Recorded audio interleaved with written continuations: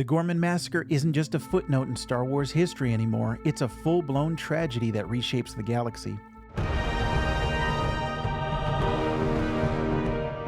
Episode 8 of Andor Season 2 is devastating, powerful, and one of the most brutal things we've ever seen in Star Wars, but it's also one of the most important. This episode, titled, "Who Are You?", finally shows us the event Mon Mothma uses to rally the rebellion, the Empire's massacre of peaceful protesters on Gorman. We've heard about it before, but seeing it unfold with all the build-up, manipulation, and horror hits different now. This wasn't just about silencing a planet, this was about sending a message to the entire galaxy.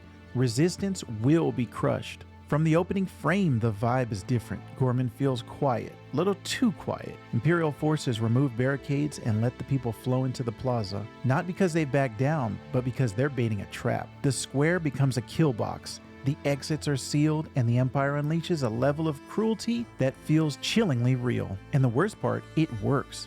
The Empire frames the Gormans as aggressors. The news blames the protesters.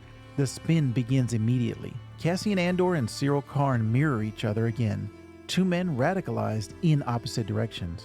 Syril believes in structure, in order, in the promise of the Empire. But when he finally confronts Cassian, the man he's been chasing since Season 1, Cassian doesn't even recognize him.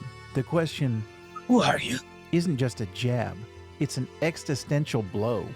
Syril realizes he means nothing to the person he's made his whole life about. And in a moment of despair, he's shot and killed by rebel leader Ryland, putting a sad bow on Syril's life. I thought he was going to come around. I thought they might have something to say, but nope, it just seems like his entire life was a waste. Tony Gilroy doesn't hold back here. The Empire doesn't just murder people, they erase them. The way this episode uses silence, the shape of Gorman's architecture, the fear in the crowd, it all feels heartbreakingly real. Ryland says it best. "You've destroyed us." We also see the KX droids, the same model as K2SO, used for brutal crowd suppression. One of them kills a civilian by simply lifting and slamming her like she's nothing. It's terrifying, and it's supposed to be. And this episode has a ton of lore and trivia baked into it. We see the TIE Avenger, Cassian's escape, includes the first ever live action appearance of the TIE Avenger, a ship originally from the Star Wars TIE Fighter game. And then we have architectural symbolism. Gorman's spiderweb aesthetic mirrors their cultural identity. Their buildings look woven, curved, and natural. While Imperial structures are rigid, brutalist, and harsh, it's visual storytelling at its best. The massacre draws clear inspiration from real-world tragedies like the Kent State shootings and colonial violence in Algeria and Vietnam. The Empire manipulates the narrative, creates a threat, and then uses it to justify annihilation. Tony Gilroy has said in interviews that Gorman was designed to show how fascism creeps in, not with a bang, but with paperwork, propaganda, and fear. Our girl Deirdre Miro, once cold and calculating, is now broken.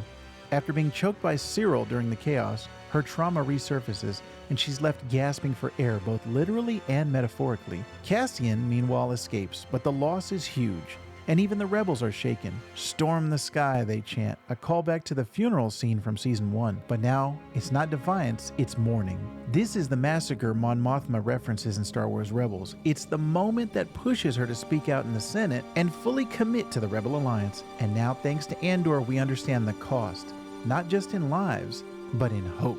Andor doesn't just tell us about rebellion, it shows us why rebellion is necessary. Episode 8 is gut-wrenching, yes, but it's also essential. It proves that Star Wars can be more than space battles and lightsabers. It can be a mirror to our own world and a warning. What did you think of the Gorman Massacre? Was this the most powerful episode of Andor so far? Drop your thoughts in the comments below. I'll shout out the best ones in the next video. And don't forget to hit subscribe because we're covering every episode of Andor Season 2 right here. As always, we would be honored if you would join us.